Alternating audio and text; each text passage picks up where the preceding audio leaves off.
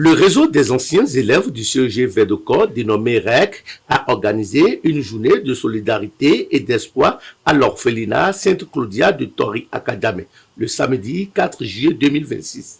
Une campagne de reboisement et une distribution de dons en nature aux enfants du centre. Les membres du REC et le personnel de l'orphelinat ont planté des arbres fruitiers et d'ombrage dans la cour du centre. C'était en 92 que nous nous sommes retrouvés jusqu'en 86 et on s'est séparés. Des années après, ces papas et ces mamans, ces pépés, ces mémés que vous voyez, nous nous sommes retrouvés pour dire les anciens élèves du CEG Vedoko. Et nous nous sommes rapprochés du CEG. Vous avez actuellement quelques représentants des élèves actuels du CEG. Nous sommes en concert, en communication avec le collège pour voir comment nous pouvons contribuer à aider nos enfants qui sont là aujourd'hui. Par moment, comment nous pouvons apporter un tout petit soutien à d'autres enfants, d'autres écoles, d'autres regroupements, comment nous pouvons aider le travail. Et nous avons entendu parler de l'orphelinat Sainte-Claudia. C'est à Kadjame, c'est ça. Hein? Et ensemble, nous nous sommes dit, nous allons nous rapprocher de vous pour voir le très bon travail que fait le père et la sœur à vous accompagner. Et au-delà de ça, ce n'est pas de grande chose. C'est juste un premier contact avec de tout petits gestes de souvenir. Nous allons marquer aussi notre présence en plantant quelques arbres. Et tout à l'heure, nous irons ensemble au lieu que le père et la sœur vont nous orienter et nous allons mettre quelques arbres à terre.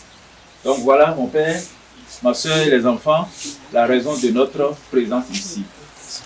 De nous qui sommes les anciens élèves du CEG Vedoko et les élèves actuels du CEG Vedoko. Les membres du REC ont également apporté un appui matériel aux pensionnaires de l'orphelinat. Des vêtements et des vivres ont été distribués aux enfants orphelins du centre. La direction de l'orphelinat Sainte-Claudia a salué cette initiative et remercié le REC pour son engagement aux côtés des plus vénérables. Nous existons tout simplement grâce aux dons. Autrement, nous aurions déjà fermé la boutique.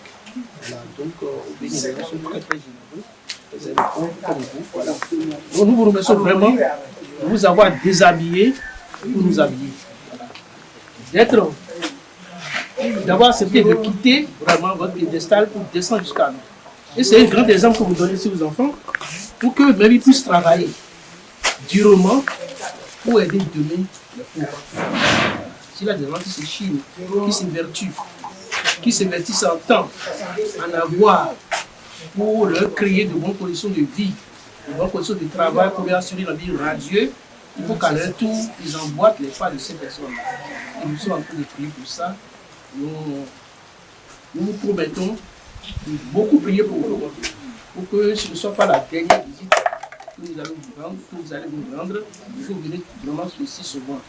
Alors, notre doléance, je vais profiter pour le dire, parce qu'il avait une maman, avant votre organisatrice qui était là hier, donc elle a été votre Jean-Baptiste, voilà, qui nous a préparé les souvenirs pour que vous veniez aujourd'hui. Nous lui avons dit que nous avons besoin de papa et de maman qui viennent parler aux enfants. De papa qui viennent leur parler, voilà.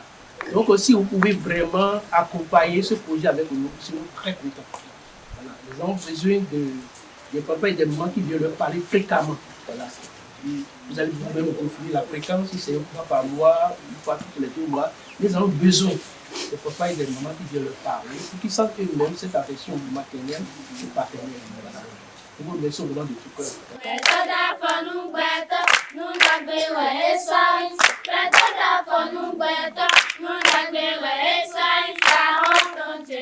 Vivo cuando me cambio.